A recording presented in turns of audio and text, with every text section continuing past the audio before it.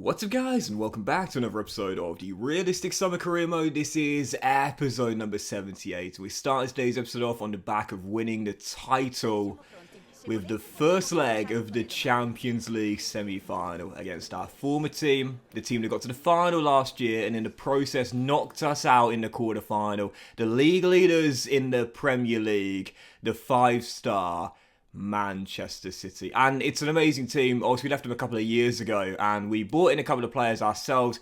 But of course, mainly we rebuilt this side. You know, certain players that had left the club during the course of the save, we brought them back. But since we've been gone, they've signed some really good players. Tyrell Malafia and Ferland Mendy, two left-backs there. Fikayo Tomori's in. Virgil van Dijk has gone heel at Anfield. Yep, he's moved to Manchester City now as part of their back line.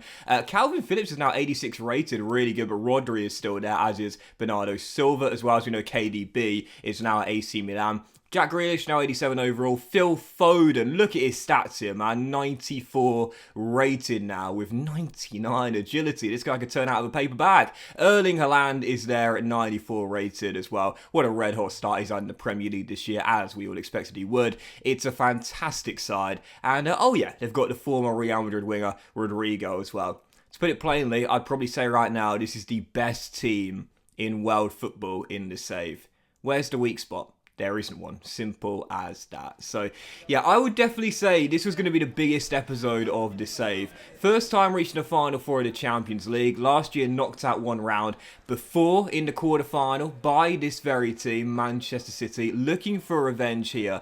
And, of course, last year we only won one trophy. That was Coppa Italia. This year, we've only got one in the cabinet. That is the Serie A. We know we were knocked out the Coppa Italia in the semi-final. So, I would say we got to win this Champions League for me to stay in this job at Inter Milan. Biggest episode to save, no doubt about it. Champions League semi-final against our former team, Manchester City, with the first leg at the San Siro.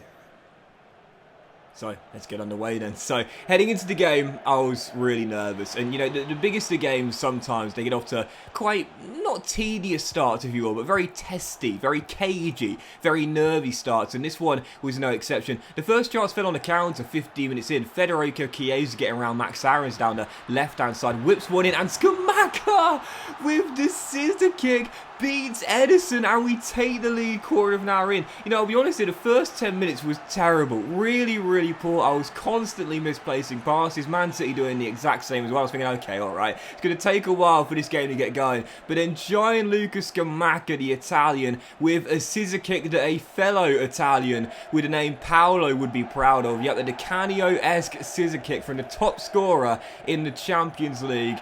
And the big question pre-game was, would I put Moyes Keane in, or would I continue to start Scamacca? I had to stay faithful, I had to stay loyal. He's the top scorer in Europe, and he's done it again. 15 minutes in and Scamacca opens the scoring with goal number 9 in the competition. And Man City needed to fight back as well. They didn't want to see the floodgates open with the top scoring team in Italy this season. They needed to get a response, and they do so as well. 29 minutes in. Goodness gracious me. You know, I said in my Bundesliga career mode, and I didn't think I was being not arrogant, but, you know, quick, hasty when I said this. I called Erling Haaland a generational talent in one of my episodes. I'll see if I can find a link for it. And I said he's got all the assets, all the attributes to become one of the best strikers of all time. You know, I really do believe that. And his start to Man City, you know, it's very early days, of course, but it's backing up back-to-back hat-tricks already. At the time of recording this commentary, 9 goals in his first 5 games. Ludicrous, man. What a generational talent. I'm so blessed to know he's now in the Premier League. But even so, he levelled it for Man City. We were tied at 1-1 at the break. Right after Haaland's goal, we saw Barella go down with a knock, and eventually I'll take him off as well. We were still tied at 1-1, and in the second half, with not that many chances in the first half, I wanted to see a little bit more intensity in the second. Just after the restart, Federico Chiesa denied by Edison, still 1-1, and then 62 minutes in, as we were still tied here, Chiesa turns Rodri, gets away from the Spaniard from 25 yards, bends one past Edison, and the player of the season produces the goal of the series. On the biggest of stages, in the biggest of moments, in the biggest of matches, game tied 1-1, Federico Chiesa does this. Unbelievable. And listen, we know long shots are OP. Everyone knows that, but it was still amazing. And after that, very little going on. Like I said, really nervy game. With 10 minutes to go, Man City had a chance to level it and won themselves a spot kick. Haaland tripped up by Ricky. And I did not think this was a penalty. I was jockeying. I did not lunge in whatsoever. It just looks like Haaland turns into Ricky. I don't think that's a spot kick. I really, really don't. I think Haaland sells that. He's a tall, physical, 6'4" Norwegian. That, to me, was sold.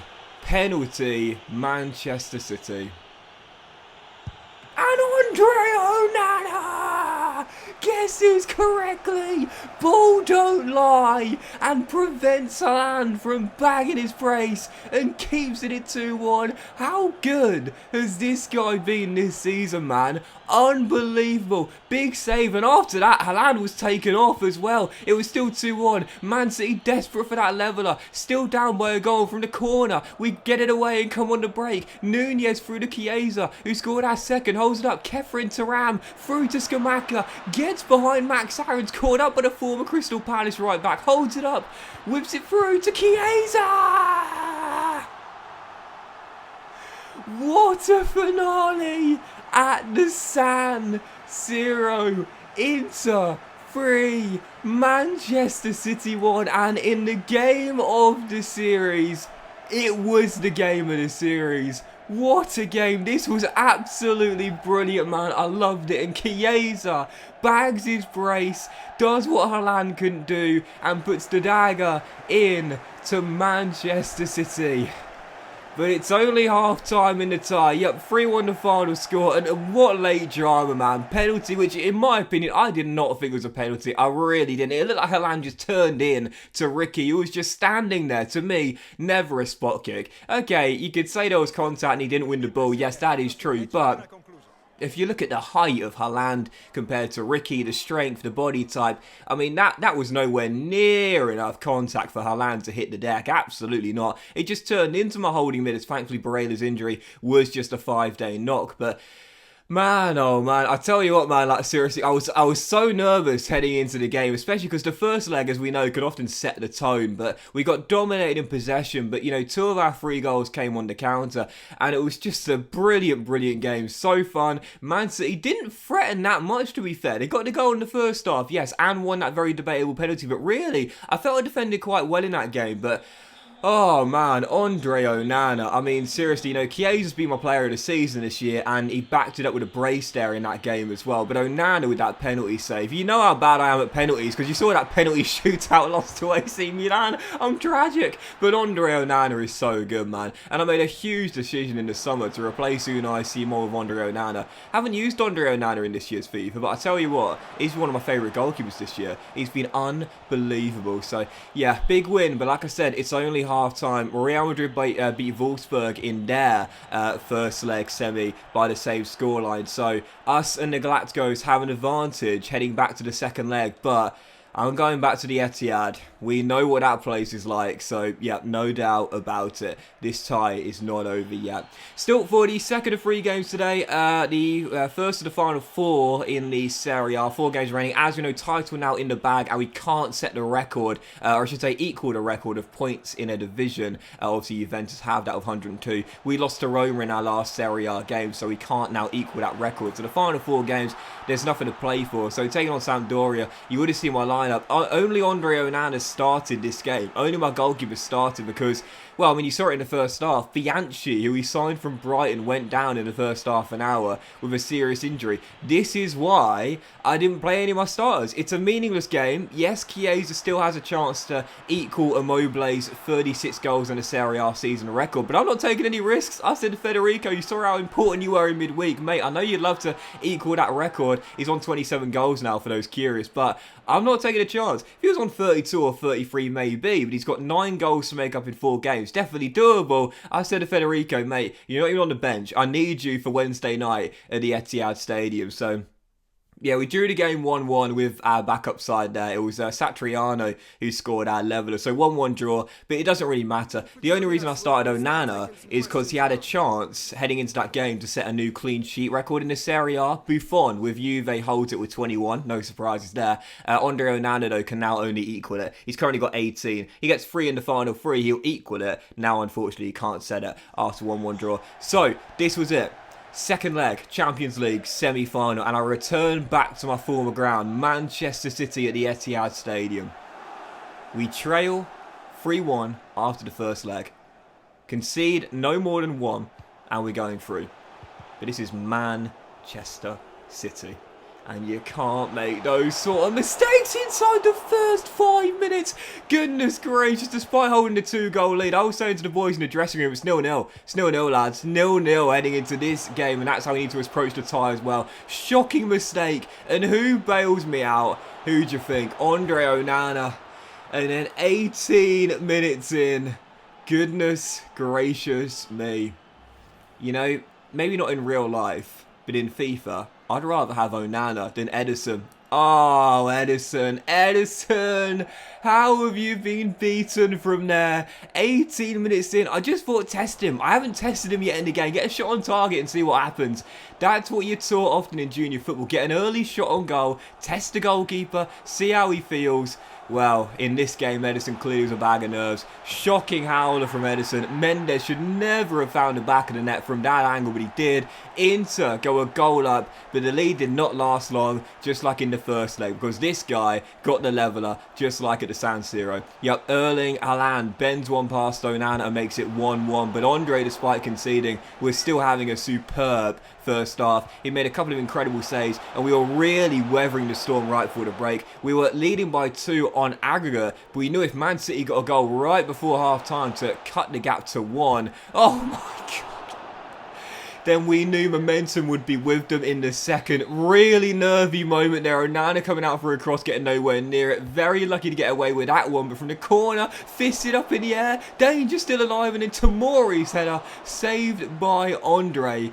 And that would do it for the first half. A really raucous few minutes at the Etihad, but we survived, we were tied, and at half-time it was still 1-1 on the night and 4-2 over 2 legs. The question was, with Manchester City having a bit between their teeth, could we hold on in a second? Well, 10 minutes after the restart, here they come again. Rodrigo trying to beat Bastoni down the right, cross to the back stick. Foden's arriving and heads it just wide of Onana's post. It's still 1-1, and 20 minutes afterwards, it was still tied. Man City had used up all their energy in the first half, it seemed. They weren't creating anything, and with 17 minutes to go as we come on the counter, we give the ball away. Man City win it back. Once again, I was guilty of surrendering possession, but again, once we get it back, we try and come forward and give it away. I just continuously gave Man City chance by trying to play quick counter-attacking football. It was high risk, but high reward. We scored 2 of our 3 goals on the counter in the first leg, and I knew that despite the fact of giving the ball away so many times in this game,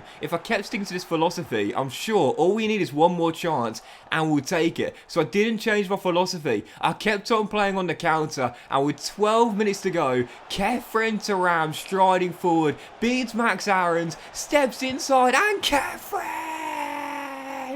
wraps it up. I took off Matheus Nunes. I brought on my midfield powerhouse, and Kefren Thuram wraps it up, puts the dagger into Manchester City hearts, and puts us in to the Champions League final. High risk, high reward. Multiple times during that game, I gave the ball away and gave Man City chances as I surrendered possession deep in my own half. But Onana kept bailing me out, so I thought I trust my shot stopper. If I just get away once, just get away once on the counter, I'm sure I'll take a chance like I did in the first leg twice. And we did. Kefren Thuram wraps it up. That stopped any more Man City chances, and it's over. Vince Carter, it's over. Inter Milan 5, Man City 2 over 2 legs. We are heading in to the Champions League final. We've dumped out last year's finalists. We've dumped out what, in my opinion, the best team in the save right now. And in the Champions League final, our first to save, Inter Milan will be taking on Come on, was it ever in doubt, really? Yep, Real Madrid in the semi, they got the favourable tie that they wanted against VfL Wolfsburg, and whilst they drew the second leg, their first leg win in Germany was enough to see them through. It's Real Madrid in the Champions League final. That'll be coming in 2 episodes' time, as the next one will be the penultimate episode of the season, as we play our final 3 Serie A games. Honestly, guys, feel free to skip it if you want. It's the final 3 games, just chatting a little bit, really, and also seeing if Onana can equal the clean sheet record. Even so, Inter Milan heads to the Champions League final, baby. Get in our first of the save. But that will end today's episode of the Realistic Summer Career, guys. Big thank you for watching. Hope you have enjoyed. If you have, just like. Most of you all have a fantastic day, and I'll see you for the penultimate episode of Season 5 very soon.